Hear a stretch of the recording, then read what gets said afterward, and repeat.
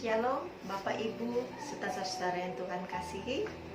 Selamat berjumpa bersama dengan saya Pendeta Lydia Yulianti. Hari ini kita akan sama-sama belajar kebenaran firman Tuhan yang terdapat di dalam Galatia 6 ayat yang 10. Galatia 6 ayat yang ke-10 demikian bunyi firman Tuhan. Karena itu selama masih ada kesempatan bagi kita, marilah kita berbuat baik kepada semua orang, tetapi terutama kepada kawan-kawan kita seiman. Nah, saudara Tuhan kasihi, tadi sebelum kita mendengarkan firman Tuhan, kita sudah sama-sama menyanyikan lagu Hidup Ini Adalah Kesempatan. Apa itu kesempatan? Kesempatan itu menurut Kamus Besar Bahasa Indonesia adalah peluang atau waktu. Peluang karena kita dapat mengambil atau mengabaikannya. Disebut waktu karena kesempatan itu tidak akan datang untuk kedua kalinya lagi. Sebagai contoh, pada hari ini saya bawa uang 100.000 dan saya akan memberikan kesempatan bagi yang hadir di tempat ini. Bagi saudara yang mau dapat uang 100.000, boleh tangannya tunjukkan ke saya. Oh, nggak ada. Ada yang mau? Oh, ini mau? Nih saya kasih. Loh, kenapa dada-dada? Oh, ternyata dia tidak mau menerima. Diberikan kesempatan untuk mendapatkan uang 100.000, tetapi dia menolak. Dia berkata, enggak mau. Akhirnya orang ini yang harusnya dapat kesempatan uang 100.000, karena dia menolaknya, dia tidak mendapat. Nah, tetapi apa jadinya kalau misalnya saya berkata, siapa yang mau 100.000? Wah, dengan segera itu saudara ya. Tangan siapa nih? Tangan keponakan saya ini. Saya bilang, nih buat kamu. Wah, senang kan? Senang nggak? Ya. Oh iya, senang. Oke, itu buat kamu deh ya. Wih, coba senang nggak? Senang. Senang. Ngimpi nggak hari ini dapat uang 100.000? Enggak. Oh, enggak ada untuk. Nah, ini kesempatan. Kesempatan itu adalah peluang. Peluang itu adalah saudara bisa menerima atau saudara mau menolaknya. Kesempatan itu adalah waktu. Peluang juga adalah waktu. Karena kesempatan yang saya lakukan pada hari ini hanya saya lakukan hanya untuk hari ini saja, sekali ini saja. Nah, saudara Tuhan kasihi, sadar atau tidak sadar, Tuhan juga sering memberikan kesempatan kepada kita. Kesempatan untuk dapat merubah hidup kita menjadi lebih baik lagi. Kesempatan yang dapat merubah keluarga kita untuk hidup menjadi lebih baik lagi. Namun kadang kesempatan yang datang tidak kita langsung ambil, tetapi kadangkala kita abaikan begitu saja. Dan bila kita sudah abaikan kesempatan yang Tuhan berikan kepada kita, yang terjadi adalah penyesalan di kemudian hari. Saudara, dalam Alkitab kita bisa belajar dari peristiwa Nuh, bagaimana Allah memberikan kesempatan kepada orang-orang yang ada di tempat itu untuk bertobat dari perbuatannya yang jahat, dari kekerasan hatinya.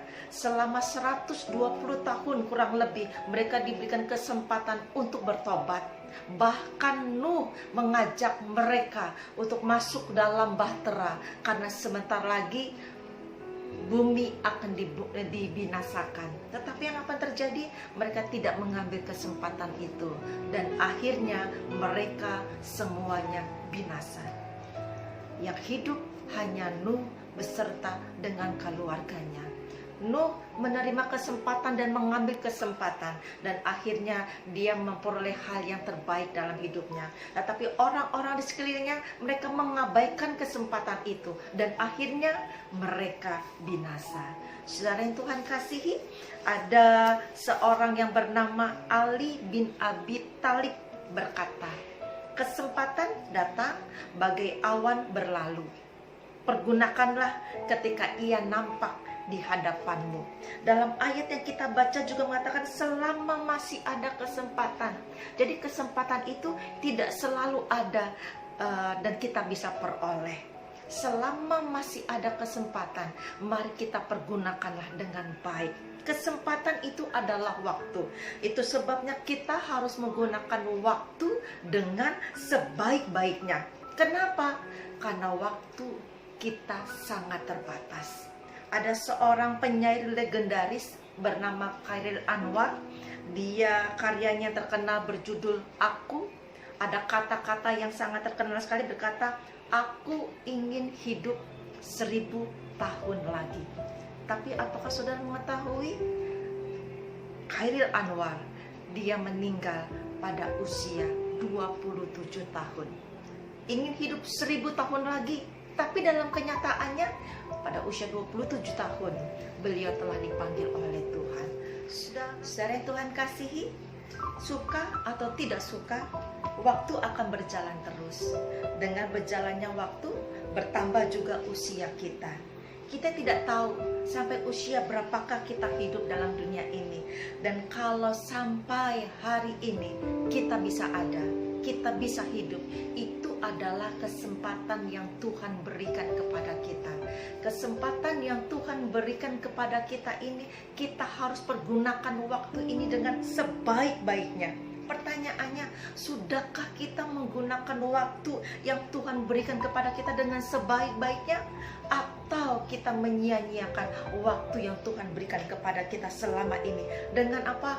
Hal-hal yang menyakiti hati Tuhan, dengan hal-hal yang mengecewakan hati Tuhan, dengan hal-hal yang menyakiti hati keluarga kita, suami kita, anak kita, istri kita, tetangga kita, bahkan orang-orang yang di sekeliling kita, melalui perbuatan kita yang tidak berkenan, melalui sikap hidup kita yang tidak benar. Mungkin dengan cara apa? Kita seringkali menjelekkan orang lain, kita seringkali menyakiti orang lain.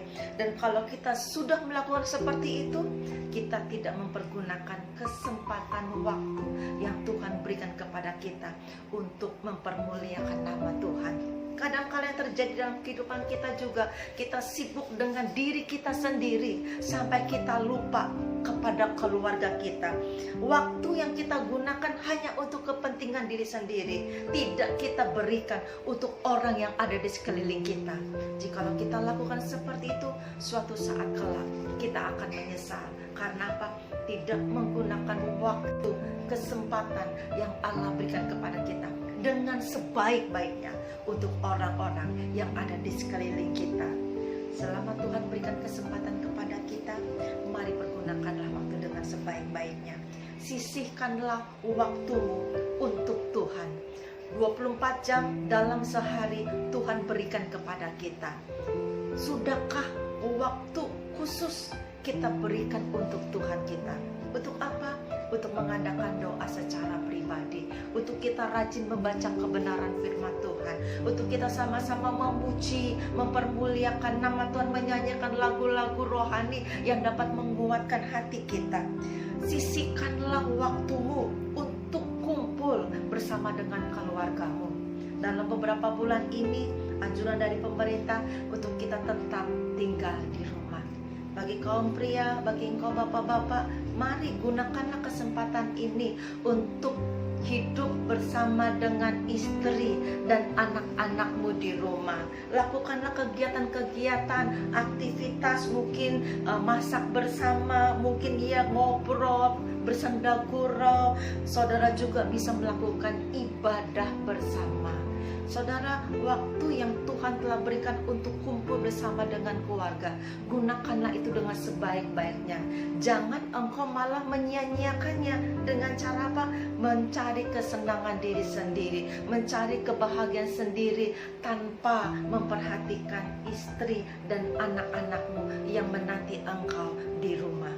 Gunakanlah kesempatan ini dengan sebaik-baiknya. Gunakanlah waktumu juga untuk berbuat baik. Kepada siapa? Kepada semua orang. Dimulai dari keluargamu dulu.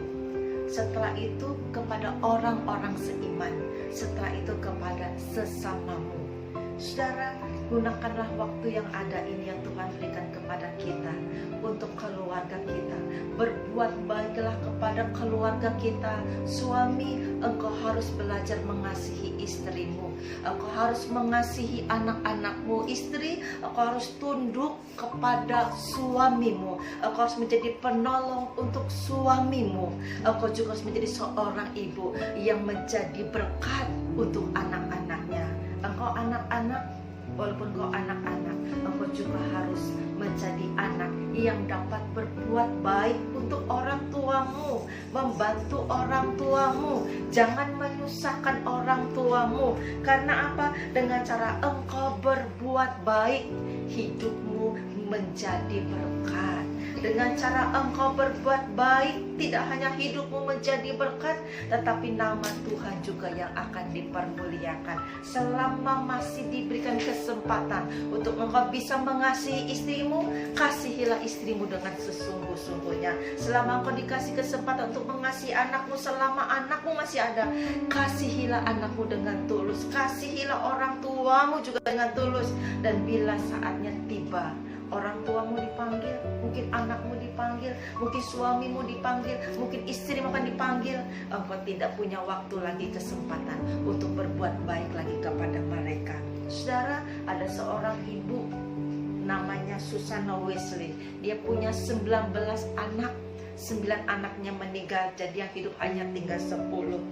Walaupun dalam keadaan sibuk sebagai istri gembala, dia selalu tetap menyediakan waktunya, menyisihkan waktunya untuk berdoa kepada Tuhan. Tidak dia hanya berdoa kepada Allah untuk dirinya saja, tetapi setiap malam sebelum anak-anaknya tidur, dia panggil 10 anak itu satu demi satu. Dia doakan mereka satu demi satu. Ibu itu doakan anaknya setiap malam dan setiap mau tidur.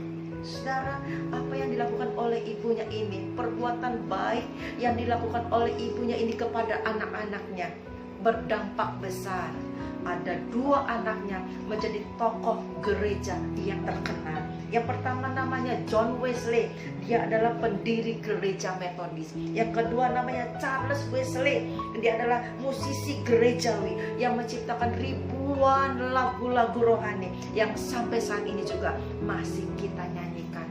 Itu terjadi karena apa? Berkat doa seorang ibu kepada anak-anaknya, berkat perbuatan baik yang dilakukan oleh seorang ibu kepada anak-anaknya. Kalau engkau ingin anakmu berhasil, kalau engkau ingin anak-anakmu sukses, mari Bu, mari Pak, doakanlah anakmu dengan sungguh-sungguh. Jadilah contoh dan teladan yang baik untuk anak-anakmu. Dan kau anak-anak, mari engkau juga harus belajar mengasihi orang tuamu dengan tulus. Berbuat baiklah selama engkau diberikan kesempatan oleh Tuhan untuk dapat mengasihi orang tuamu. Berbuat baiklah.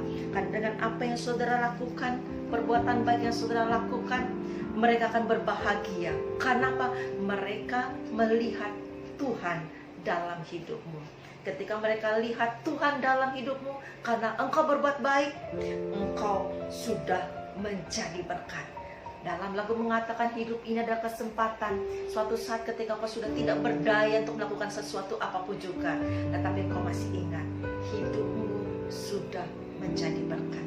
Itu sebabnya mari kesempatan yang Tuhan berikan kepada kita sampai saat ini, gunakanlah dengan sebaik-baiknya. Selama engkau bisa berbuat baik, berbuatlah baik kepada semua orang, terutama dimulai dari keluargamu. Keluargamu diberkati oleh karena kehadiran engkau. Keluargamu bahagia karena perbuatan baikmu. Keluargamu akan disertai oleh Tuhan karena kehadiranmu. Dan melalui hidupmu, nama Tuhan dipermuliakan. Sebabnya berbahagialah bagi saudara, bagi kita yang telah mendengarkan kebenaran firman Tuhan.